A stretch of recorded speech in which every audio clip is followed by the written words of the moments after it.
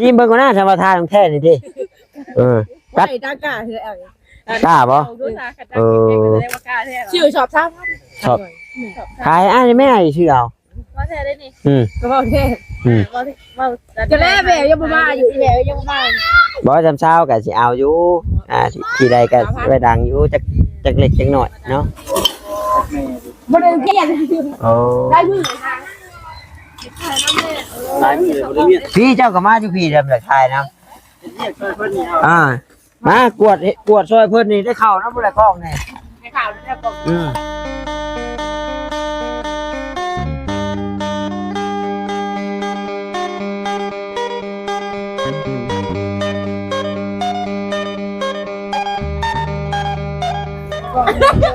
สบายดีเด้อแม่เด้อเนาะเอาสบายดีฉันสบายดีเด้สบายดีจักแม่นผู้ใดเป็นไผละบาทนี่เนาะโอ้ยยาวอีกทางเพิ่นพอได้แล้วเทื่อละ100 200ชอบเนาะสมมุติว่า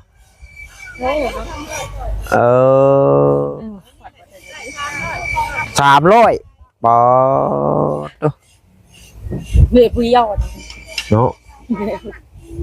ลึกเลยว่านี่เฮาแค่ตัวบ่เหมาะอันนี้มาเจอตัวท็อปเนาะเจ้าของธุรกิจพูดอย่างแท้ถูกมันก็บ่ได้ว่านี่ลงเต้านึงเขาก็ได้เจ้าได้กันบ่เฮ็ดคือกันนั่นแล้วชิมเบิ่งก็น่าธรรมทานของแท้นี่ดิกัดตากาคือเอากล้าบ่ชื่อชอบท่าชอบขายอ้ายแม่ชื่อเอาว่าแท้ได้นี่ก็บอกแท้จะแล่แววยังบ่มาอยู่อีแววยังบ่มาบ่จำเช้าก็สิเอาอยู่ที่ใดก็ไปดังอยู่จักเล็กจักน้อยเนาะเอาสบายดีทั้งนั้นมาคุมธุรกิจบ่คุมธุรกิจบ่คือเดี๋ยวเห็นเนาะแหนมเบิ่งพาคนงานมาใหม่เลยนี่อันนี้ก็เห็นธุรกิจมือกันบ่เอาพี่น้องเอ้ยเนาะเข้ามาเทื่อแรกเบาตาพี่น้องเอ้ยก็มาเบิ่งน้ำบ่จิตบ่แซ่บเพิ่นพี่น้องเนาะมากูเนาะทางเขาเอื้อยเขาน้องเพิ่นกะเพราทานน้องดำมาซั่นเนาะเอาจังใดก็ขอกราบทักทายสบายดีกับพ่อแม่พี่น้อง FC กันเบิดสุขุสุคนเด้อพี่น้องเด้อเนาะบ่ว่าอยู่ทางฝั่งลาวฝั่งไทยหรือว่าทางต่างประเทศนำพี่น้องเอ้ยก็ยินดีต้อนรับเข้าสู่ช่องของบ่าวตาบ้านเฮาคือเก่าเนาะพี่น้องเนาะตอนนี้ก็อยู่ทางเนาะสาวดำพี่น้องเนาะสาวดำหรือว่าจักสิเอิ้นไผจักแต่สาวดำบ่าวตาก็ได้สบายดีล่ะสบายดีเพิ่นก่อนสบายดีใช่แม่เจ้าใช่ไหมแล้วให้ทานอันนั้นบ่โอ้ผู้นั้นบ่แม่เจ้าได้ผลไปมีพอแต่เด็กแนวเลยนะอันนั้นเพชรกระเบื้ออันนี้เสือข่อยก็ไปหาเพชรซักอยู่ห้านได้นี่จะนำเอิ้นให้สิไปซักนำซักอยู่ห้านได้แห้งๆเลย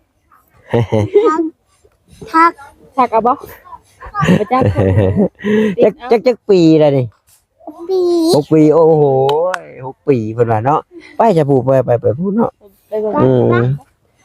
มาขายประสาทสุพรรณนะเนาะแนะนำแม่เฮาเลยแนะนำแม่เฮาเลยบ่าวก็เห็นได้แม่เจ้าได้10%แล้วนั่นเนาะ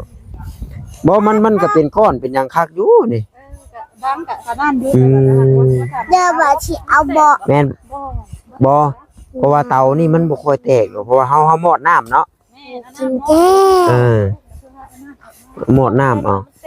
เอาสบายดีพี่น้องสบายดีพี่น้องชื่อหยังก็บ่าวลืมไปภาษาไทยเอาแล้วชื่อกันกับน้องบ่าวเลยบ่มาอยู่นำกันใหญ่หน่อยบ่เอ้าน้องเรานี่ก็ชื่อภาษาไทยชื่อภาษาไทยกันเลยใหญ่กว่าหน่อยนึงชื่อสำคัญเขียวกระเหียดเพราะว่าเป็นน้องลาวภาษาไทยคือกันเลยเป็นน้องลาวเตานี่ได้300ที่จะเว้าสิบ่ทำด้วยพันแล้วกันหน้าสูง800 900น้องน้อยนั่นน่ะสมมาอยากลิ้นน้ำเจ้าเลยเนาะ ลิ้นเฮาลิ้นได้พี่น้องลิ้นมือลิ้นแขนนั่นนี่ เพิ่นบอกคุย บ่ให้ไปทางซ้ายบ่ไปลิ้นน้ำจ้าลิ้นมือลิ้นแขนนั่นนี่เด้อ บ่เฮ็ดเจ้าเฮ็ดธุรกิจมืดบ่เจ้าก็ได้ พวกเขาว่าทำลุงเต้าเฮาลุงเต้าอัน เตาอบได้ของข่อยน่ะวาดนี่ลงวาดนี่ข่อยก็เฮ็ดคือกันข่อยก็แต่เฮ็ดเตาอบอันนี้ก็จะว่าขายก็สิซื้ออยู่ก็เฮ็ดแน่ชื่อน้ำเพราะว่ามันไหม้บ่หลายน้ำข่อยน่ะเฮ็ดไหม้เล็กน้อยพอได้ดังมันก็บ่กุ้มปีกุ้มหยังดอก เพื่อนข่อยเขาเท้าคือกันเพื่อนทัวแล้วก็เขาเต้าอบแล้วก็จะลงมาเท้า อืม ไปซื้อแม่เขาอบแล้วเขา บ่ก็ค่อยสิออนน่ะสิออนเป็นก้อนนี่ อันนี้ไอ้ป้าอันนี้เอ้ย เป็นก้อนเป็นหยัง ไอ้ป้าเอ้ยนี่ แม่นแล้วนี่แหละมันเป็นคักไปน้องเนาะแต่ถามว่าใช่มันกล้าติงๆคือเตาอบมันก็บ่กล้าแหละ โอเคคัดเกได้อยู่ ไอ้ตา เฉยๆไอ้ป้า เลขหยังสิออก เด็กควาย โอ้แม่นหรือบ่เว้าคักคักแน่ไดครับ ด ลูก ม ฮะ ด้วย อืม เอาอยากมีฐานดังถูก ใช้สิไปควดใช่เจ้าสิไปควดใช่เจ้า แล้วไปจูดกันในทง อันนี้บ่สิโทมบ่นี่ คนแรกเป็นคนที่หลังว่าเพื่อไปบ่เฮากับไปช่องเพื่อนแล้วปะไป ทำมันนะครับป๊อ ไปพาอ้ายไปพาอ้ายไปเบิ่งอยู่บ่เรื่องนี่มื้อหน้าบ่ซื้อขนมมาต้อนได้บ่เรื่อง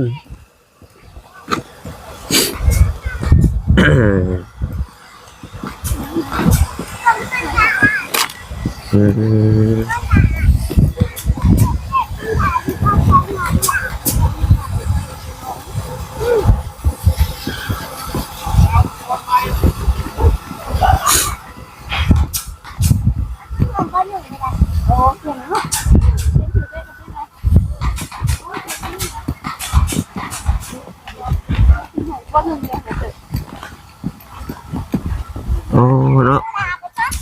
องเรือยพี่น้องเฮ็ดโต๊ะเฮ็ดตังบานวงเกาะวงกบกบสุดอยู่นี่ เสร็จเลยคลายฐาน แม่นเพิ่นก็อันแล้วได้น้ำขายทานขายหยังเสร็จนี่อันไหนบาทนี่บ่เฮือนนั่นโอ้นี่ไทยโบราณเพิ่นก็ยังมีอยู่ดินี่ นี่ไทยป่ะ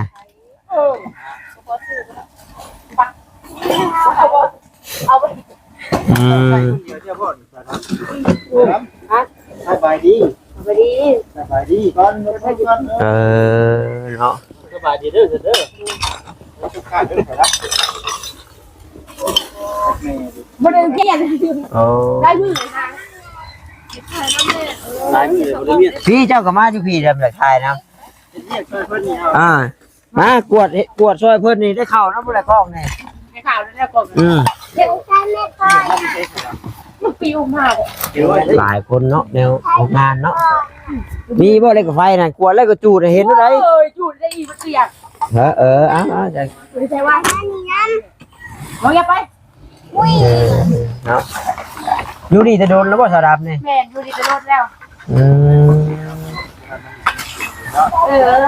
มันปิวมาจากที่แม่ของเราดอกไอ้ของเรามันเนี่ยกระสอบขิงได้ แม่นบ่ ก็แม่นั่นได้ นะ แม่เอ้าเป็นยังไงมา บ่แท้บ่ซะนะ พ่อเท่ บ่แท้บ่ว่าจะใช้แต่เจ้าเนี่ยคือกระสอบ ก็บอกเท่ เบิ่งแม่บ่ยากดอกชื่อรถทงขนมบ่จิตชื่อมาต้อนน่ะถ้าเห็นมื้อหน้าค่ะ คุณก็แม่นว่า แม่เบิดมันไดปิวมาก เคยกินได้หรอว่า เอาเรื่องมากอยู่ได้ดิอันนี้พูดเลย บ่อันเอาไกลๆใช้ไผได้เฮ้ย ถ่ายไผเด้ โอ้ยมันต้องไปคือ เนาะ ยันใหม่กว่าแล้ว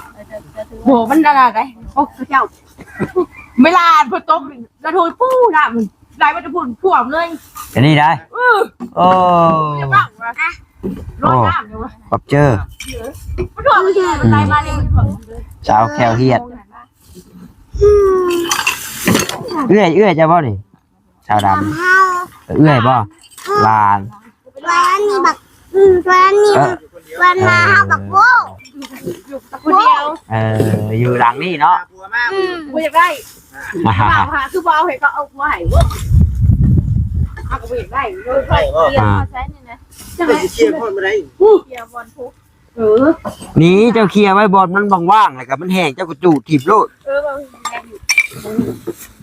เอาให้ บ่ได้กู เอาไหนคิดว่า เป็นยัง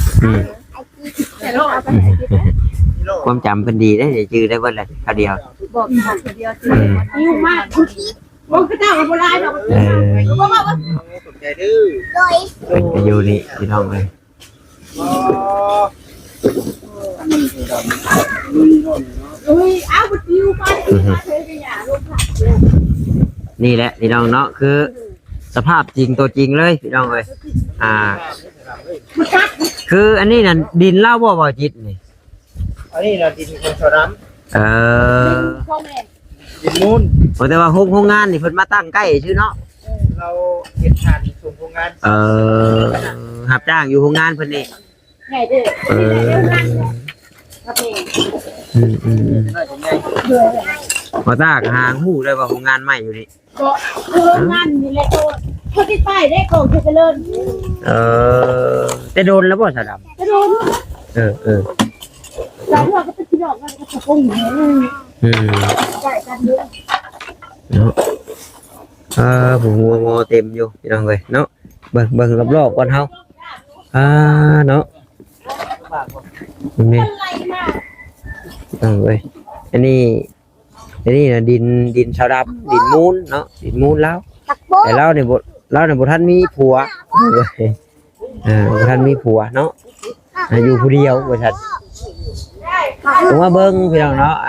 นี่แหละมื้อหน้ามื้อในก็สิลงมาไปจังฮู้ที่ฮู้ทางที่น่ะมื้อนี้ก็ได้เทินออกมาแล้วก็พากันลวงมาเบิ่งน้ำกันเนาะหลายช่องถ่ายลงไปพี่น้องเนาะก็เผยแพร่ให้ผู้คนเห็นFC เพิ่นเห็นแล้วก็นี่แหละรับจ้างเผาทานให้กับโฮมเรื่อยเพิ่นนี่แหละพี่น้องเนาะพอได้ซื้อข้าวซื้อน้ำกินแล้วก็อยู่กระท่อมเจ้าเด้เจ้าก็ซื้อข้าวกันบ่เจ้าก็หาเงินซื้อข้าวกันบ่ ทางนั้นที่เขา ที่ เขาให้มากิน ชื่อเขาเห็นไหม เจ้าเลี้ยงแค่โต ตัวเดียว ตัวเดียวนี่ เ ฉันมาเบาสิเอาเมื่อเลี้ยงมา บัว เอามาเรียกว่า มาเบาสิเอาเมื่อให้บ่ ให้ก็ให้ ให้ก็ให้ เขียวคนนั้นนะ นี่คืออันนั้นเนาะอันสาวมุกแต่ยังน้อยคือสาวมุกแต่ยังน้อยแล้วก็คนบ่ญาติคนอันนี้เขาเอิ้นคน คือเพื่อน คนสลัดพี่น้องเนาะคนสลัดโอ้ยเหยียบแก้วเหยียบหยังซะเด้อเนาะมื้อนี้โต๊ะนะเนาะเพิ่นเฮ็ดออกมานะงามเลยพี่น้องเพิ่นยังบ่ได้ทาสีเด้อเป็นทาสีโอ้ยต้องคักแล้วแหละเพิ่นยังบ่ได้ทาสีไปจะเนาะให้อันสาวดำแล้วอันเฮ็ดทำความสะอาดให้แล้วก่อนพี่น้องเนาะไปเด้อกวาดเรือนกวาดซ่านอยู่ปะเฮาไปทางงานอันนั้นก่อนทางเตาถ่านเพิ่นก่อน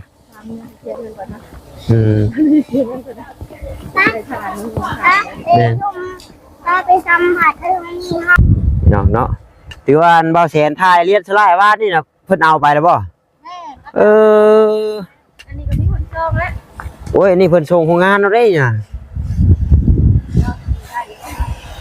บ่จำคือเพิ่นขายเฮาเพิ่นก็เอาของเราพุ่นแหล้วเนาะเพิ่น วันนั้นเจ้าแล้วกันจะเป็นส่งให้ราคาให้เจ้า แม่นอันนี้เพิ่นเฮ็ดให้เพิ่นนี่น่ะเว้าคือชำว่าเราเฮ็ดขายเองคือหยังเองกระสอบ20,000แม่นบ่ อันเต้าอบละสอบเท่า5,000 ชำเตานี่สอบ20,000เนาะโอ้ยบ่าวตาเห็นแต่เขาโฆษณากัดกินกวดเขาทดสอบเนาะแต่ว่าเพิ่นก็เฮ็ดให้คนอยากเบิ่งดอกพี่น้องเอ้ยกินขนมลายจักคือแก้วเฮียนนี่ฮะ เจ้าเฮียน แ คือกินขนมลายจัก อยากกินนมแล้วแล้ว มีอ้ายอยู่บ่มีเอื้อยอยู่บ่นี่ ดู ลูกสาวเดียวนี่ครับ โอ้ โดยไปท่าน โดย เออ มีใส่สอดเด้อ เฮ็ดนี่ประมาณจักมื้อเอื้อยจังได้ขวดนี่ อันนี้พื้นร้ายกับว่าล้นก็ได้กับคิดมือกับที่ได้ 10 มื้อ เบิ่งก่อนเด้อลูกแม่ล่ะ นะพื้นบ่ ลูกแม่ย่า อ่า มีแม่ย่า เออ ไปเบิ่งบับพี่ก่อน นี่เดี๋ยวสิดังนี่โอ้ยคักเท่าได้นี่พี่น้องเนาะแต่ว่าความแตกต่างกะมันก็สิต่างเตาอบอยู่ที่คือว่ามันบ่กล้าสู่ทำเตาอบนั่นแหละเอาแล้วก็ได้แต่จะว่าได้บางมันเป็นน้ำไหม้กันเนาะไหม้บางชนิดก็โอ้ยบ่ได้เกี่ยวได้เตานี่ก็ได้น่ะชื่อดังของมื้อนี้ก็มีแต่เตานี่แล้วส่วนหลายส่วนลายเขาเจ้าเอาไปเขาก็ไปบดเฮ็ดทานแท่งบัดนี้เนาะเอ้ยไปบดให้ทานแท่งครับเป็นได้ชาวดำเป็นพี่น้องกับเจ้าบ่แล้วอยู่คนเดียวแล้วบ่ เราอยู่ผู้เดียว เราบ่ทันมีลูกมีผัวแล้วเนาะเมื่อกี้ก็อยู่น้ำป้าน้ำลุงแล้วพากันขึ้นไปเฮ็ดเวียกเฮ็ดงานอยู่สวนกล้วยอยู่เวียงเดียวเขาเอื้อยกับสางขอบสางตัวเด็กแล้วก็แง่กับตัวแล้วแล้วก็อยากกินผู้เดียวแล้วแหละลูกตัวกันยังบ่ได้มีได้ไว้เพิ่นปัดเพิ่นกวดให้เพิ่นนี่เรียบร้อยก่อนเนาะคือไผฉันติดต่อมานี่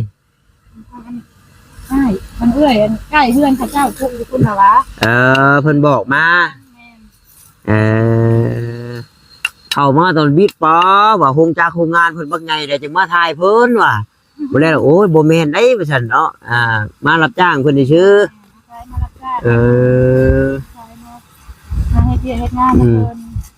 ก็โอเคอยู่บ่ตาว่าเนาะก็สอบเพิ่นไม่เพิ่นทุกอย่างของเพิ่นเบิดเนาะเพิ่นมาซื้อต่อนำเฮาสอบ12ว่าจะว่า12,000ค่าก็คือค่าน้ำมันค่าคนแก่ไปให้เรานี่แต่ว่าเตานี่มันลำบากตอนที่ว่าเฮาจูดแล้วเฮาได้มาคั่วมาเบิ่งเนาะห่วยถ้าว่าเพิ่นรู้เพิ่นหยังก็พูดมันต้องให้เบิ่งได้ไงบ่ได้ว่าจูดเลยหมอเตาอบเฮาว่าเฮ็ดแล้วได้บ่น่ะสบายไปนั่นนึงแต่ดีถ้าจูดคิดแล้วก็คิดก็ได้แล้วก็แล้วคือหมอนี่บัดที่แล้วเฮาขวดอันนี้แล้วนี่มันบ่ค่อยมุมน้ำหูดังปานใดบ่นี่หมอเตาอบนี่ป๊อขึ้นมานี่บ่ตาผ่านมาแล้วพี่น้องจุดน่ะแต่ว่าอันนี้ก็สั่งให้น้องแต่มันเบิดอัดให้เด้อว่าจะเมื่อค่ำพากันลงเตาคืออัดหวานนี่ก็ได้ลูกกัวให้หน้าตาก้าบ่ได้เฮ็ดได้เจ้าเนาะเฮ็ดอยู่เฮ็ดงานหายามนะยามนาลูกไปเฮ็ดบ่ได้เฮ็ดคนเอกก็หารับจ้างแน่ก็ดูการค่ะว่าง่ายๆนี่ผู้โดดเดี่ยวลีแม่นชาวดำนะเนาะผู้เดียวเด้ลูกไปอยู่ผู้โดดเดี่ยวลีแม่นชาวดำเล่าพี่น้องเนาะยังลำบากคือนี่เฮาต้มซะก่อนได้เผื่อบ่ให้มันย่วยเนาะถ้าบ่ต้มนี่ย่วยได้พี่น้องนี่ฮะย่วยเห็นไหมสามีสนใจป่ะมาเฮ็ดน้ำเพิ่นนี่ไหวป่ะมันจะเป็นผู้ยกกระสอบให้ก็ได้มาห่วยน้ำกันแล้วเนาะคักแล้วแหละไหวนะคนเจ็บของเพิ่นมันบ่ตกคักอยู่พี่น้องเนาะถ้าว่าเฮามีไม้มีตอกเฮ็ดมื้อนี้ทานราคาแล้วนี่เพิ่นก็เฮ็ดเฟอร์นิเจอร์เนาะผู้ใดอยากได้โต๊ะได้ตั้งได้ทั้งส่งขึ้นไปน้ำห้านคือว่ามันแบบไม้นี่เป็นไม้รวมบ่ได้มีแต่ว่าไม้สำซาบ่แม่ไม้รวมเจ้าท่านไม้ใดเจ้าก็เอาท่านตัวใดก็เอามาต้นว่าง่ายๆแบบไผมีไม้หยังเอามาส่งได้แล้วเนาะ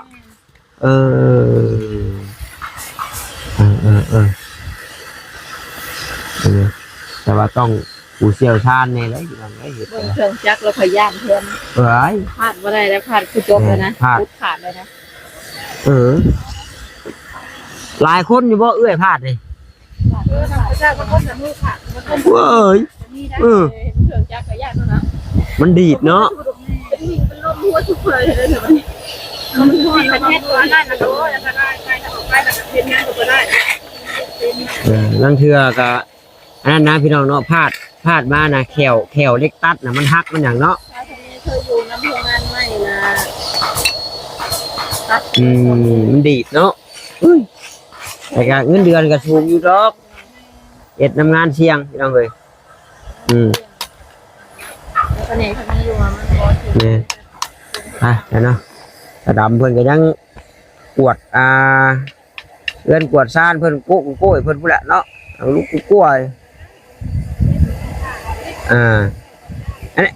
อันนี้เราว่าเตาแล้วนะ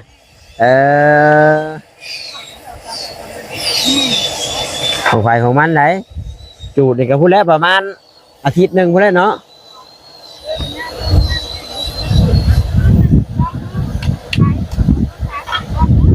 ควัดไปน้ำบ่อยอ่ะ กดไปเลยๆนะ เออ คอยก็ออกมาแล้วก็เข้าไปทำงาน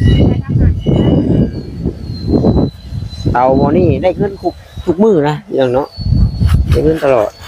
คือเตาอบนี่พูดแล้วเพิ่นมอดเพิ่นเย็นเรียบร้อยพูดแล้ว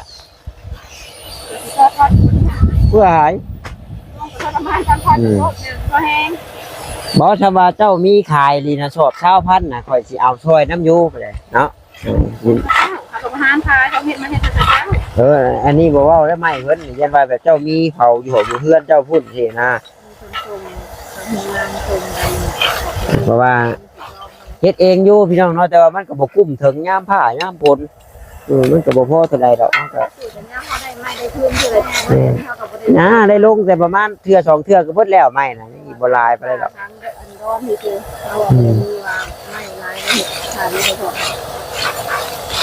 ใช่ฉันน้องเพิ่นดิไปเนาะ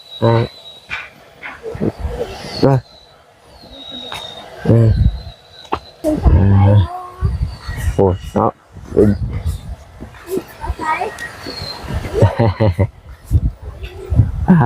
พี่น้องเลยแกเหียด อ่านเขียนก่อนนะหลักมาปลากันมาบอกอันนี้ ใช้เบาแสนไปแล้วจ้ะ เห็นอ่านบ่ เบาแสนไปพุ่นบ่เพิ่นไปพุ่นบ่